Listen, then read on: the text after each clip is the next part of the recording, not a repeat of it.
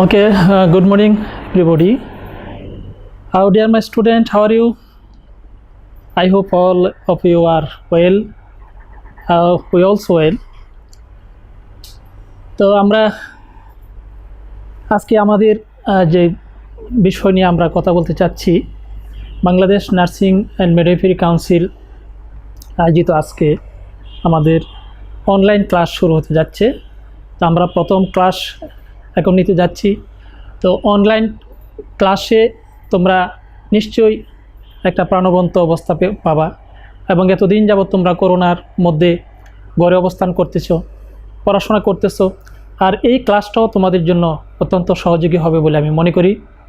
আমাদের এই অনলাইন ক্লাসের জন্য বাংলাদেশ নার্সিং অ্যান্ড মিডওয়াইফারি কাউন্সিলকে আমরা ধন্যবাদ জানাতে চাই যে এখানে অনলাইন ক্লাসের মাধ্যমে আমাদের স্টুডেন্টরা উপকৃত হবে এবং সেখান থেকে তারা ভবিষ্যতের জন্য যা যা প্রয়োজন সেগুলি তারা সংগ্রহ করতে পারবে।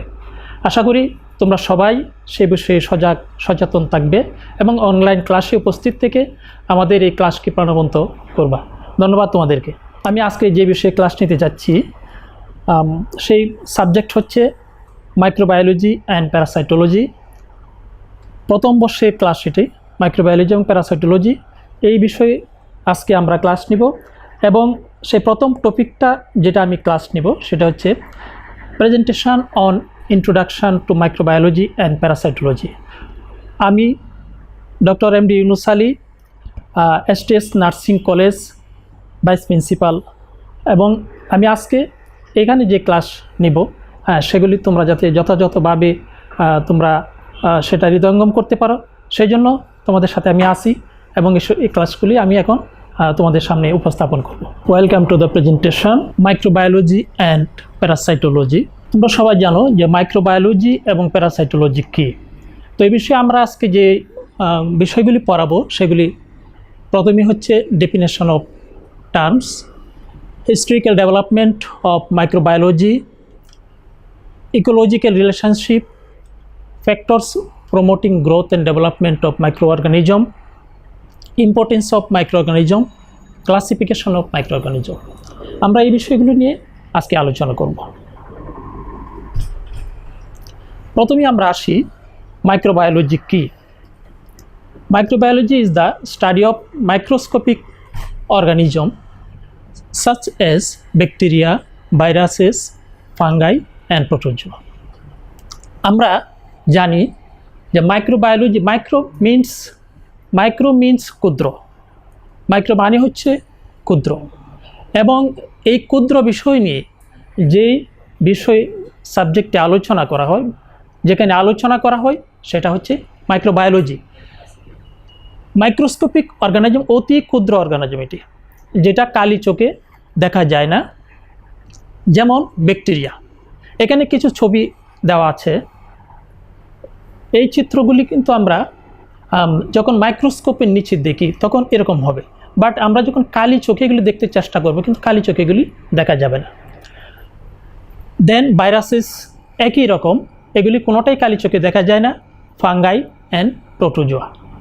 সুতরাং আমরা মাইক্রোবায়োলজি বলতে বুঝি যখন আমরা কোনো মাইক্রোস্কোপিক অর্গানিজম, ব্যাকটেরিয়া, ভাইরাস এবং ফাঙ্গাই, প্রোটোজোয়া নিয়ে আলোচনা করব, সেটি হচ্ছে মাইক্রোবায়োলজি। দেন আমরা যাচ্ছি parasitology. What is parasitology? Parasite এটা হচ্ছে, আমরা জানি যে প্যারাসাইট, আমরা বাংলা যেটা বলি যে প্যারাসাইট হচ্ছে পরজীবী বা পরগাছা। আমরা অনেক সময় দেখে থাকি যে যেমন কোনো গাছের মধ্যে অন্য গাছ তৈরি হয়, বট গাছের মধ্যে অন্য কোনো গাছ তৈরি হয়, আম গাছের মধ্যে অন্য কোনো গাছ তৈরি হয়, আমরা এগুলি দেখছি। কিন্তু আমাদের মধ্যে, আমাদের নিজেদের মধ্যে, আমাদের পেটের মধ্যে বা আমাদের শরীরে এমনই কিছু জিনিস আছে যেগুলি পরগাছা হিসাবে অবস্থান করতেছে, সেগুলি হচ্ছে parasitology. Parasitology is the study of parasites, their host and the relationship between them. Parasitology হচ্ছে, আমরা এখানে দুইটা চিত্র দিয়েছি, এই দুইটা চিত্রের মধ্যে যা আছে, একটা পিনওয়ার্ম, অ্যানাদার টেপওয়ার্ম। এই pinworm and tapeworm এই দুটাই কিন্তু আমাদের বডির মধ্যে আছে, আমাদের পেটের মধ্যে আছে। ওরা কিন্তু আমাদের পেটের মধ্যে থেকে আমাদের শরীরে খেয়ে দিয়ে সেখানে অবস্থান করতেছে এবং সেখানেই ক্ষতি করতেছে, আমাদের ক্ষতি করতেছে। আবার কোনো কোনো প্যারাসাইট যেগুলি কিছুটা আমাদের শরীরে ভালো করে থাকে সেগুলি খুব কম, বাট বেশিরভাগ যেগুলি আছে সেগুলি আমাদের শরীরে ক্ষতি করে। তো প্যারাসাইটোলজিটা হচ্ছে যে parasite their host and the relationship between them. আমরা যখন এই পরজীবী বা পরগাছা সম্পর্কে আলোচনা করব এবং তারা কোথায় বসবাস করে, হোস্ট মানে যেখানে সে অবস্থান করবে, যেখানে সে বসবাস করবে, তারা হচ্ছে host. And relationship between them, host এবং প্যারাসাইট তাদের মধ্যে যে সম্পর্ক, হ্যাঁ, তারা তাদেরকে কীভাবে লালন পালন করতেছে বা তাদের কতটুকু খাবার দরকার, হ্যাঁ, সেই বিষয়গুলি যেখানে আলোচনা করা হবে সেটাই হচ্ছে প্যারাসাইটোলজি।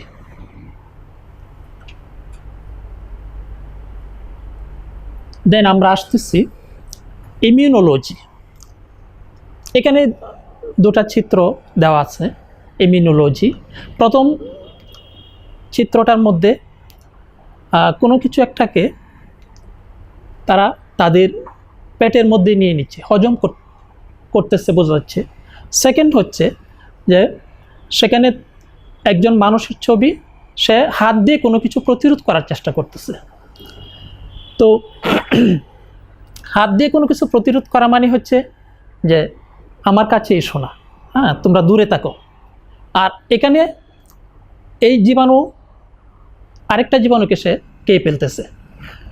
তো এটা হচ্ছে ইমিউনোলজি। আমাদের বডিতে স্বাভাবিক ক্ষমতা হচ্ছে যে কোনো অর্গানিজম যাতে আমাদের বডিতে ঢুকতে না পারে, সেই জন্য আমাদেরকে আল্লাহ এমন একটা শক্তি আমাদের মধ্যে দিয়েছেন, হ্যাঁ, সেই শক্তির দ্বারা আমরা কিন্তু বিভিন্ন ধরনের জীবাণুকে প্রোটেক্ট করে থাকি। তো সেভাবেই কিন্তু আমরা আমাদের জীবনকে মানে রোগ মুক্ত করে রাখি। এখানে বলতেছে যে immunology is the study of immune system which protect us from infection. Immunology হচ্ছে এমন একটা বিদ্যা যেখানে আমরা ইমিউন সিস্টেম সম্পর্কে আলোচনা করি, which protect us from infection, যেটা আমাদেরকে ইনফেকশন থেকে প্রোটেক্ট করে, ইনফেকশন প্রতিরোধ করে থাকে। তো আমরা ছোটোবেলায় অনেকেই বিভিন্ন সময়ে রৌদ্রে বৃষ্টিতে ভিজি, আমাদের মধ্যে কিছুটা জ্বর সর্দি কাশি হয়, আবার সেটি ভালো হয়ে যায়। সেটাও কিন্তু একটা প্রতিরোধ ক্ষমতা গড়ে ওঠার একটা লক্ষণ। আমাদের বডিতে যখন এরকম কিছুদিন জ্বর সর্দি কাশি হয়, পরে আবার সেটা ভালো হয়ে যায়, তখন আস্তে আস্তে আমাদের বডিতে এই প্রতিরোধ ক্ষমতাটা গড়ে ওঠে। দিস ইজ ইমিউন সিস্টেম বা ইমিউনোলজি। ডিয়ার স্টুডেন্ট, তোমরা বুঝতে পারতেছো যে আমরা যে বিষয়গুলি নিয়ে আলোচনা করতেছি, হ্যাঁ, এগুলি বিষয়গুলো অত্যন্ত সহজ, বাট সেগুলিকে যদি তোমরা একটু মনোযোগ দিয়ে দেখো বা একটু পড়াশোনা করো মনোযোগ দিয়ে, তাহলে অবশ্যই এগুলি সম্পর্কে জানতে পারবে। এখানে আবার বলতেছি, সেখানে এই চিত্রে প্রথম চিত্রে এনগাল্ফ কথা বলা আছে, একটা জীবাণুকে এনগাল্ফ করা হচ্ছে, গিলে ফেলা হচ্ছে। সেকেন্ড, প্রোটেক্ট, কোনো জীবাণুকে হাত দিয়ে প্রোটেক্ট করা হচ্ছে। আমরা এই করোনার সময়ে আমরা যেটা করছি যে আমরা হ্যান্ড স্যানিটাইজার দিয়ে আমাদের হাত ধুয়ে নিচ্ছি বা ওয়াশ করে নিচ্ছি, আর মাস্ক পরতেছি। এই হ্যান্ড স্যানিটাইজার দিয়ে আমাদের হাত ধুয়ে আমরা জীবাণু প্রতিরোধ করতেছি এবং মাস্ক পরে সরাসরি আমাদের নাক মুখ দিয়ে যাতে জীবাণু ভিতরে ঢুকতে না পারে সেই প্রচেষ্টাটা আমরা করছি। জাস্ট সেখানেও কিন্তু একই রকম, আমরা প্রতিরোধ করছি আর এখানে ভিতর থেকে প্রতিরোধ হচ্ছে। This is immunology.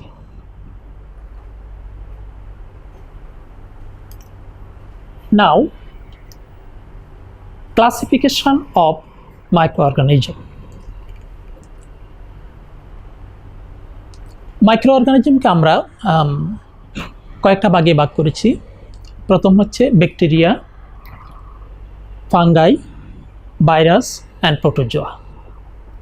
এই সবগুলি হচ্ছে অতি আণুবীক্ষণিক বা কালি চোখে এগুলিকে দেখা যায় না। এগুলিকে দেখতে হলে মাইক্রোস্কোপ অথবা কোনো কোনো ক্ষেত্রে আলট্রা মাইক্রোস্কোপের প্রয়োজন পড়ে।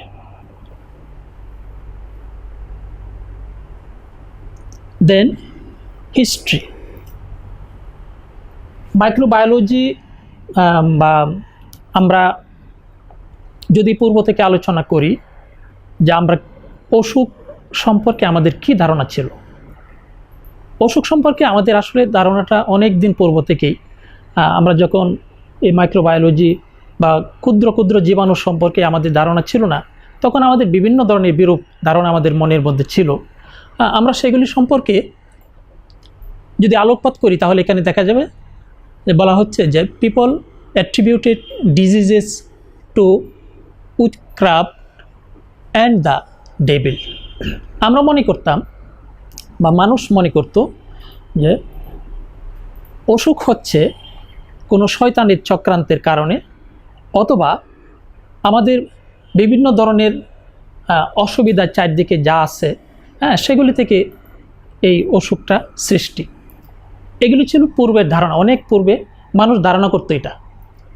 Letter they believed disease was caused by মায়াজমা।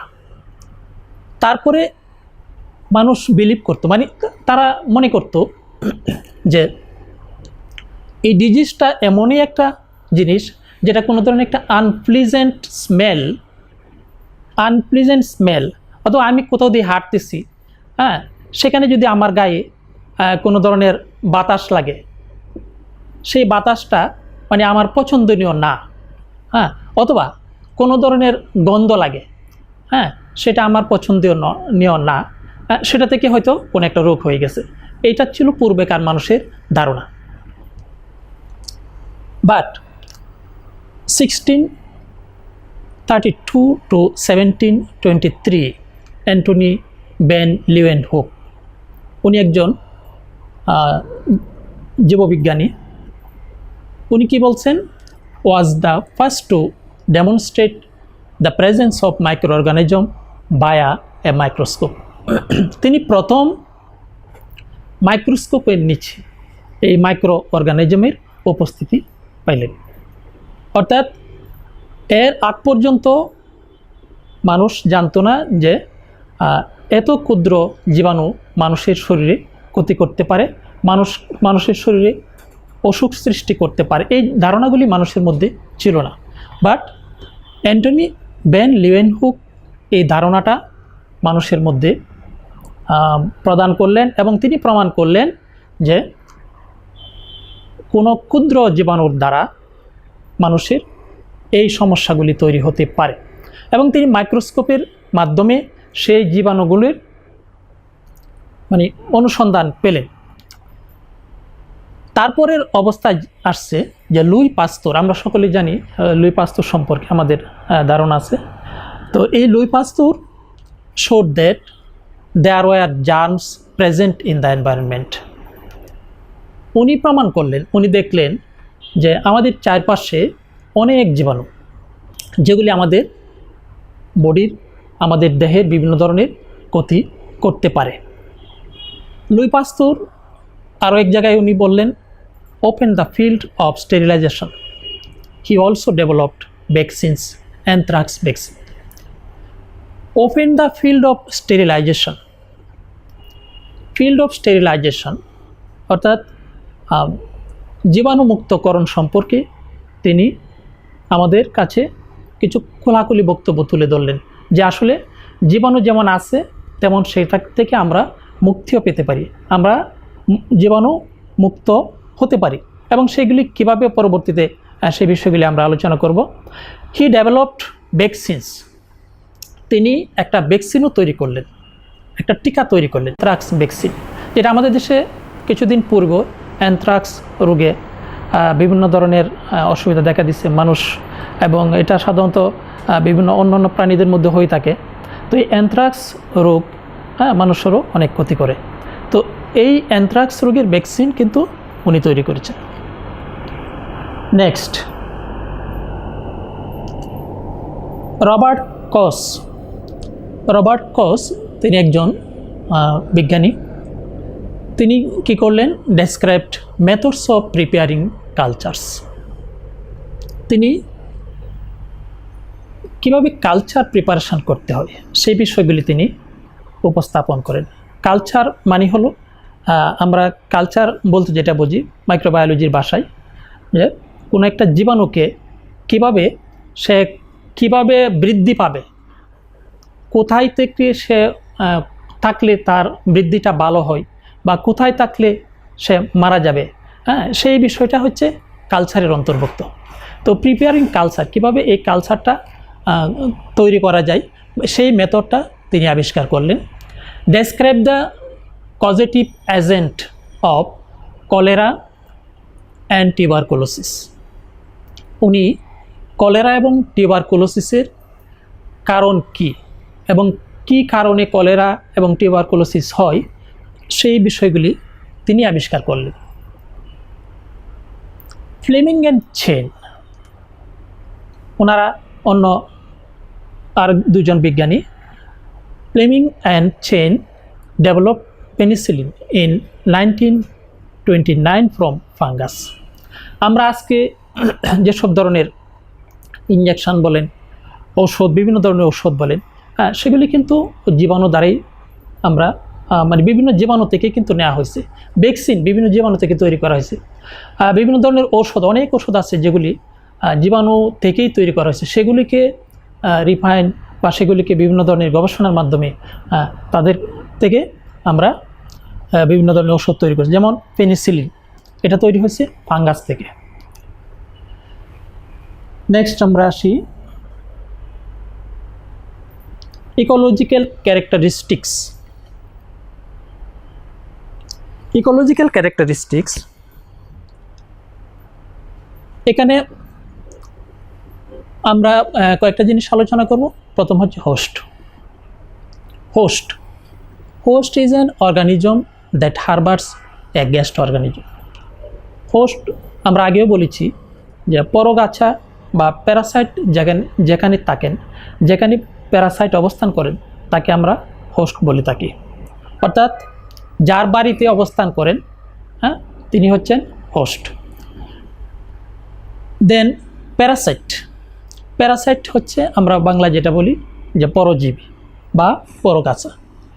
Is an organism that lives within or on a host. এই পরগাছাটা কিন্তু হোস্টের মধ্যে অবস্থান করেন, সেখানে থেকে উনি জীবন ধারণ করেন এবং সেটা বড় হয়, আস্তে আস্তে সেটা আবার যেখানে থাকেন তারই ক্ষতি করতে শুরু করেন। যেমন আমরা এখন অবশ্য সেটা কম দেখা যায়, বট গাছ অন্য আরেকটা গাছের মধ্যে হয়, তারপরে দেখা যায় যে এই বট গাছটা জীবিত আছে, বাট অন্য যে গাছের মধ্যে এই বট গাছটার জন্ম হয়েছিল সেই গাছটা নেই। তো প্যারাসাইটটা ঠিক একই রকম জিনিস, যে প্যারাসাইট এমন এক সময়, প্যারাসাইট যদি আমরা আমাদের বডিতে এইভাবে মানে তাদেরকে ধ্বংস না করি, কিল না করি, তাহলে তারা এক সময় আমাদেরকে খেয়ে ফেলবে। এটাই হচ্ছে প্যারাসাইটের নিয়ম।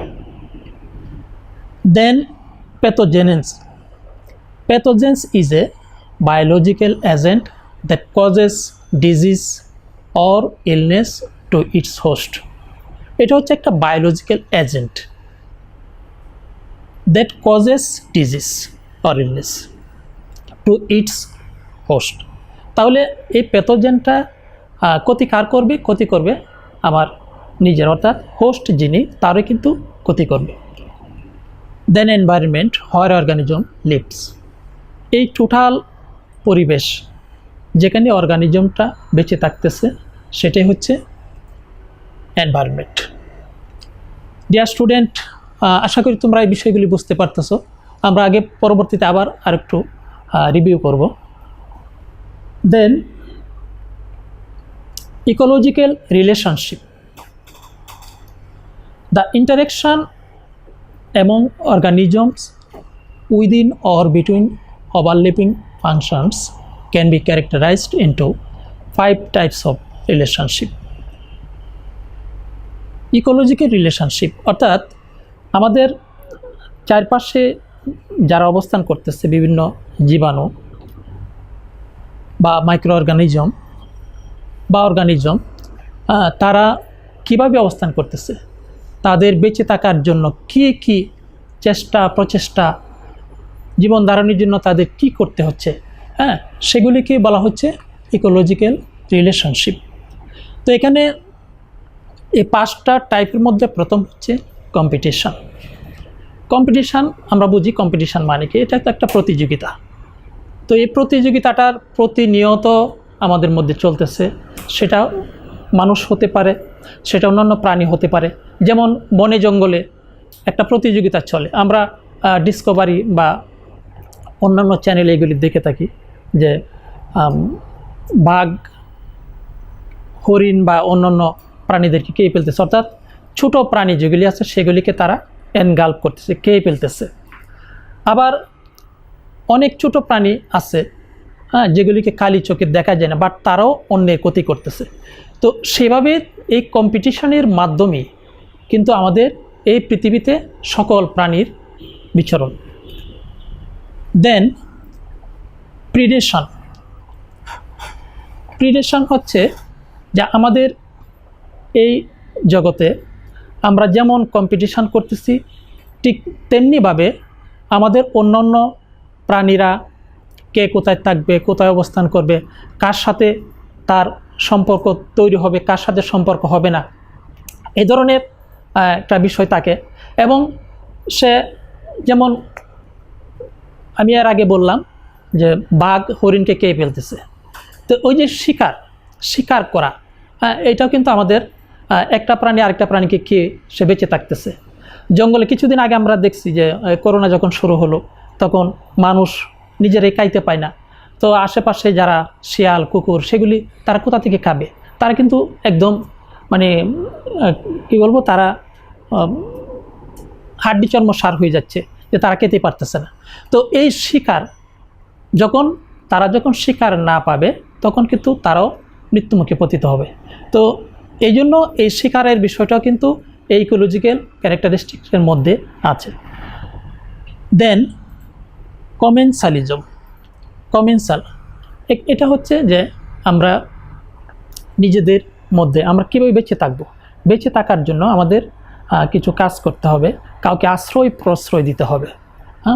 সেখানে আমরা যদি একে অন্যের সাথে সহযোগিতা বিনিময় করে থাকি তাহলে কিন্তু বেঁচে থাকতে পারবো। এবং এটা সকল প্রাণীদের মধ্যে কিন্তু এটা ঘটে থাকে, সকল অর্গানাইজমের মধ্যে সেই জিনিসটা ঘটে থাকে। মিউচুয়াল করা, আমরা যেটা বুঝি যে একে অন্যের সাথে সম্পর্ক গড়ে তোলা, এটাও প্রাণীদের মধ্যে আছে, অন্যান্য অর্গানাইজমদের মধ্যেও আছে। তারপর হচ্ছে প্যারাসাইটিজম। প্যারাসাইট, আশ্রয় প্রশ্রয়, আমরা আগে যেটা বলছিলাম যে প্যারাসাইট যে পরজীবী, সেই পরজীবী যেখানে বাস করে বা তারা কার উপর অন্যদের উপর খেয়ে দিয়ে থাকে, সেটা একটা বিষয়। দেন আমরা আসতেছি factors promoting growth and development of microorganism. এখানে যে ফ্যাক্টরগুলি কথা বলা হচ্ছে সেগুলি প্রথমে হচ্ছে nutrient. All microorganisms need food. প্রত্যেকটা মাইক্রো অর্গানিজম বেঁচে থাকার জন্য তাদের খাবারের প্রয়োজন হয়। Temperature very high and very low. কোনো টেম্পারেচার দেখা যায় যে কোনো জীবাণু মরে যায়, আবার কোনো টেম্পারেচার, একই টেম্পারেচারে অন্য জীবাণুগুলি হয়তো বেঁচে থাকে। তাহলে এখানে টেম্পারেচার লো এবং হাই এর মধ্যে জীবাণুর বেঁচে থাকা এবং মরে যাওয়ার সম্পর্ক আছে। pH level, most organism prefer neutral pH 7 ± 0.5। এই টেম্পারেচারটা বেশিরভাগ জীবাণু প্রিফার করে।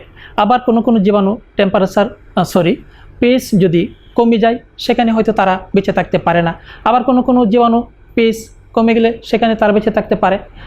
এভাবে তাদের বেঁচে থাকার বা মারা যাওয়ার কাজ চলতে থাকে। Moisture, all micro organisms require some level of water. Micro organism বেঁচে থাকার জন্য কিছু ওয়াটার প্রয়োজন বা কন্টিনিউ ওয়াটারের প্রয়োজন, then oxygen requirement. Some organisms are anaerobes and aerobes. কিছু কিছু অর্গানিজম আছে যেগুলি অ্যানারোবিক বা অক্সিজেনের প্রয়োজন, আবার কোনো কোনোটাতে অক্সিজেন প্রয়োজন নাই। অক্সিজেনে কোনো কোনো জীবাণু বেঁচে থাকে, আবার অক্সিজেনের কারণে কোনো কোনো জীবাণু হয়তো তারা বেঁচে থাকতে পারে না। দেন আমরা আসছি ইম্পর্টেন্স অফ মাইক্রো অর্গানিজম। মাইক্রো অর্গানিজমের কী কী ইম্পর্টেন্স আছে, অর্থাৎ এই আমরা এত সময় কথা বললাম যে মাইক্রো অর্গানিজম আমাদের প্রয়োজনে মানে আমাদের শরীরের প্রয়োজন নেই, বাট কিছু কিছু ক্ষেত্রে কিন্তু মাইক্রো অর্গানিজম আমাদের জন্য প্রয়োজন। সেগুলি বলা হচ্ছে for vaccine production and polio, যেমন polio vaccine from the virus. তাহলে ভ্যাকসিন প্রোডাকশনটা কিন্তু আমরা এই মাইক্রো অর্গানিজম থেকেই করেছি। যেমন আমি এর আগে বলেছি যে লিওয়েন হুক তিনি প্রথম মাইক্রো অর্গানিজমটা মাইক্রোস্কোপের নিচে উনি দেখেছেন। আবার লুই পাস্তুর উনি মাইক্রো অর্গানিজম থেকেই কীভাবে ভ্যাকসিন তৈরি হয় সেটা কিন্তু উনি করেছেন। তাহলে মাইক্রো অর্গানিজম কিন্তু গুরুত্ব অনেক। Then for production of food, yeast use to make bread, bacteria important for making yoghurt. আমরা যেমন দই খাই, দই, সেই দইটা কিন্তু মাইক্রো অর্গানিজম মানে এটা যদি না থাকতো, ব্যাকটেরিয়া যদি না থাকতো তাহলে কিন্তু এই দইটা তৈরি হইতো না। তাহলে এটারও কিন্তু একটা গুরুত্ব আছে অনেক। Soil microbes helps to recycle nutrient. আমরা কৃষিকাজে যেই বিভিন্ন ধরনের মাইক্রো অর্গানিজম কিন্তু কৃষিকাজের সাথে সম্পৃক্ত। যেমন কেঁচু, কৃমি যেটা আমরা বলি, সেই কেঁচু আমাদের মাটিকে কিন্তু মানে উপর থেকে নিচ করে দিচ্ছে, নিচের মাটি উপর ওঠাচ্ছে, আবার উপরের মাটি নিচে নিয়ে যাচ্ছে। এটা কিন্তু আমাদের কৃষির জন্য অত্যন্ত উপকারী। হ্যাঁ, সুতরাং মাইক্রো অর্গানিজম আমাদের জন্য উপকারিতা অনেক বেশি আছে। Used in the production of alcohol. Alcohol আজকে আমাদের এই যে আমরা হ্যান্ড স্যানিটাইজার যেটা বলতেছি, এই হ্যান্ড স্যানিটাইজারটা তৈরি করতে কিন্তু অ্যালকোহল লাগে এবং এটার মধ্যে 70% অ্যালকোহল আছে। তো সেই অ্যালকোহলটা কিন্তু মাইক্রো অর্গানিজম দ্বারা তৈরি। Fungi help in the degradation of living things that have died. Fungus আমাদের আরেকটা জীবাণুর নাম হচ্ছে ফাঙ্গাস। এই ফাঙ্গাসটা লিভিং থিংসটাকে ডিগ্রেড করতে অর্থাৎ ডিক্লাইন করে দিচ্ছে। হ্যাঁ, এটা মৃত্যুবরণ করাচ্ছে বা এটাকে মেরে ফেলতেছে। যদি এই কিছু জিনিস না থাকতো, যেমন কোনোটা কাউকে মেরে ফেলতেছে, আবার কাউকে সুন্দর করে বাঁচায় দিচ্ছে, এই জিনিসগুলির মধ্যে দিয়ে কিন্তু আমাদের এই গোটা পৃথিবীটা বা গোটা মাইক্রো অর্গানিজম রাজ্যটা চলতেছে। তো ডিয়ার স্টুডেন্ট, আমরা ইম্পর্টেন্স অফ মাইক্রো অর্গানিজম যে আলোচনা করলাম সেই বিষয়গুলি তোমরা যদি একটু একটু দেখো, আমাদের পরিবেশের সাথে এটাকে একটু মিলায়া পড়ো, তাহলে দেখবা তোমাদের এটা খুব মনে থাকবে এবং মাথায় এটা ধারণ করতে সহজ হবে। Thank you all. তো আমরা তারপরে আমাদের যে বিষয়গুলি আমরা আলোচনা করলাম সেগুলিকে আমরা আবার একটু রিভিউ করতে চাই।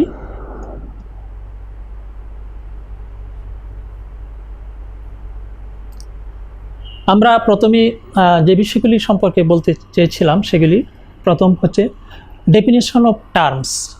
এগুলি আমরা আলোচনা করেছি। ডেফিনেশন, মাইক্রোবায়োলজি কাকে বলে, আমরা এখানে একেবারেই ক্ষুদ্র ক্ষুদ্র জীবাণু যেগুলি কালি চোখে দেখা যায় না, বাট এগুলি আমাদের মাইক্রোস্কোপের নিচ থেকে এই ছবিগুলো উঠানো হয়েছে এবং এগুলি আমরা আলোচনা করছিলাম যে microscopic organism, bacteria, virus, fungus এবং প্রোটোজোয়া। দেন আমরা আলোচনা করেছি প্যারাসাইটোলজি সম্পর্কে। এখানে চিত্রে আমরা প্যারাসাইট সম্পর্কে তোমাদেরকে দেখাচ্ছি। এটা পিনওয়ার্ম, এটা হচ্ছে ট্যাপ ওয়ার্ম। আমাদের বডিতে এই জিনিসগুলো, এটা অনেক, এই ট্যাপ ওয়ার্মটা, এটাকে আমরা বাংলায় ফিতা কৃমি বলে থাকি, এটা বিশাল লম্বা হয়। তো এটা হচ্ছে প্যারাসাইট, পরজীবী, আমাদের বডিতে তারা অবস্থান করে, এখানে খাই দেয়, আবার আমাদেরই ক্ষতি করে। আমরা আলোচনা করেছিলাম ইমিউনোলজি সম্পর্কে। ইমিউনোলজি আমরা এখানে দেখাচ্ছিলাম যে এখানে একটা চিত্রে এনগাল্প করতেছে, মানে গিলে ফেলতেছে একটা জীবাণুকে, ক্ষুদ্র জীবাণুকে আরেকটা জীবাণু গিলে ফেলতেছে। সেকেন্ড, আমরা বলছিলাম যে আমরা হাত দিয়ে জীবাণুকে প্রোটেক্ট করতেছি, আমাদের বডিটাকে প্রোটেক্ট করতেছি। যেমন আমরা এখানে হ্যান্ড স্যানিটাইজার ইউজ করতেছি এই সময়ে, এটাও কিন্তু একটা জীবাণু প্রোটেকশানের একটা পদ্ধতি। আবার আমাদের বডি ন্যাচারালি আমাদের কিছু জিনিসকে প্রোটেক্ট করে দিচ্ছে, সেই জিনিসগুলি কিন্তু এখানে আমরা তুলে ধরেছি। আমরা আলোচনা করেছিলাম ক্লাসিফিকেশন অফ মাইক্রো অর্গানিজম সম্পর্কে, bacteria, fungi, virus and protozoa. এই 4টা জিনিস আমাদের ক্লাসিফিকেশনের মধ্যে আছে। হিস্ট্রি সম্পর্কে আমরা বলেছিলাম যে অসুখ হওয়াটা এবং না হওয়া সেটা কিসের উপর নির্ভর করে। আমরা আগে আমাদের ধারণা ছিল, আমাদের বিশ্বাস ছিল যে কোনো শয়তান বা অন্যান্য কোনো কিছু থেকে আমাদের এই সমস্যাটা তৈরি হয় বা আমরা অসুস্থ হয়ে যাই। আমরা বিশ্বাস করতাম যে কোনো মানে খারাপ বাতাস বা খারাপ গন্ধ থেকে আমাদের এই অসুস্থ আমরা হয়ে যাচ্ছি। বাট লিওয়েনহুক এবং লুই পাস্তুর এসে ওনারা আমাদেরকে সেই বিষয়গুলির ধারণা পরিবর্তন করে দিলেন যে আসলে ওইগুলি থেকে কোনো কিছুই না, বাট জীবাণু দ্বারা সংগঠিত কোনো রোগের মাধ্যমে আমরা অসুস্থ হয়ে যাচ্ছি। রবার্ট কচ তিনি কলেরা এবং টিউবারকুলোসিসের জীবাণু আবিষ্কার করলেন। ফ্লেমিং অ্যান্ড চেন তিনি দুজন তারা পেনিসিলিন আবিষ্কার করলেন। পেনিসিলিন একটা বড় ব্রড স্পেকট্রাম একটা অ্যান্টিবায়োটিক এবং এটা অনেক রোগেরই কাজে লাগানো হয়। দেন আমরা ecological characteristics, host, Parasite, pathogens, environment সম্পর্কে আমরা আলোচনা করেছি। ইকোলজিক্যাল রিলেশনশিপ আমরা বলেছি, যেখানে কম্পিটিশান, প্রিডেশন, কমেন্সালিজম, মিউচুয়ালিজম অ্যান্ড প্যারাসাইটিজম, এই বিষয়গুলি এখানে আমরা আলোচনা করেছি। আমরা আলোচনা করেছি কিছু ফ্যাক্টর আছে যেগুলি আমাদের অর্গানিজমকে গ্রোথ অ্যান্ড ডেভেলপমেন্ট করতে হেল্প করে। এর মধ্যে nutrient, temperature, pH level, moisture, oxygen requirement. তারপরে আমরা বলেছি ইম্পর্টেন্স অফ মাইক্রো অর্গানিজম, কীভাবে ভ্যাকসিন তৈরি হয়, ভ্যাকসিন মাইক্রো অর্গানিজম থেকে তৈরি হয়। আমাদের খাবার, কিছু কিছু খাবার মাইক্রো অর্গানিজম থেকে তৈরি হয়। মাটি ব্যাকটেরিয়াকে বা কৃমিকে আমাদের কি বলে বাংলায় লাঙ্গল বলা হয়। তো সেটা কিন্তু মাইক্রো অর্গানিজমের কাজ। Used in the production of alcohol তৈরি করা। তারপরে মাইক্রো অর্গানিজমকে ডিক্লাইন করে দেওয়া, তাদেরকে মেরে ফেলা, কিল করা কিন্তু তাদেরই কাজ। মাইক্রো অর্গানিজম, এক মাইক্রো অর্গানিজম আবার আরেক মাইক্রো অর্গানিজমকে মেরে ফেলে। Thank you all dear student. তো আমরা আজকে যে বিষয়গুলি নিয়ে আলোচনা করলাম, আশা করি এই বিষয়গুলি তোমাদের কাছে নিশ্চয়ই ভালো লাগবে এবং তোমরা যদি সেই বিষয়গুলি সুন্দর করে পড়ো তাহলে আমাদের আজকের যেই অনলাইন ক্লাস সেটা ফলপ্রসূ হবে। আর তোমাদের আরও একটা জিনিস আমি বলতে চাই যে তোমরা এই পড়াটা, আমি তোমাদের কাছ থেকে কিছু ফিডব্যাক চাই। যে ফিডব্যাকটা তোমরা কীভাবে দিবা সেটা আমি বলে দিচ্ছি। যে আমি তোমাদেরকে ছোট্ট একটা অ্যাসাইনমেন্ট দিব। সেই অ্যাসাইনমেন্টটা হলো যে 2টা বিষয়ের উপর আমি তোমাদেরকে অ্যাসাইনমেন্ট দিব, তোমরা একটু লিখে নিতে পারো। মাইক্রোবায়োলজি কাকে বলে, প্যারাসাইটোলজি কাকে বলে, অ্যান্ড ইমিউনোলজি কাকে বলে। দিস ইজ একটা অ্যাসাইনমেন্ট। দেন আরেকটা অ্যাসাইনমেন্ট হচ্ছে ইম্পর্টেন্স অফ মাইক্রো অর্গানিজম। মাইক্রো অর্গানিজমের ইম্পর্টেন্স কী সেই সম্পর্কে তোমরা লিখবা এবং সেটার ছবি তুলে আমার কাছে পাঠিয়ে দিবা। আমি 2টা অ্যাসাইনমেন্ট দিলাম। প্রথম অ্যাসাইনমেন্ট হচ্ছে মাইক্রোবায়োলজি কাকে বলে, ইমিউনোলজি কাকে বলে এবং প্যারাসাইটোলজি কাকে বলে। নেক্সট অ্যাসাইনমেন্ট হচ্ছে ইম্পর্টেন্স অফ মাইক্রো অর্গানিজম। এই দুটি অ্যাসাইনমেন্ট লিখে তোমরা আমাকে পাঠিয়ে দিবা এবং সেটা লেখার পরে স্ন্যাপ নিবা, তোমাদের মোবাইলে স্ন্যাপ নিয়ে আমার ইমেলে পাঠিয়ে দেবা। Thank you. তোমরা সবাই ভালো থাকো এবং তোমাদের সামনের ক্লাসগুলিতে আশা করি তোমরা যথাযথভাবে উপস্থিত থাকবে এবং মনোযোগ সহকারে ক্লাসগুলি নেবে। আল্লাহ হাফেজ, সবাইকে ধন্যবাদ।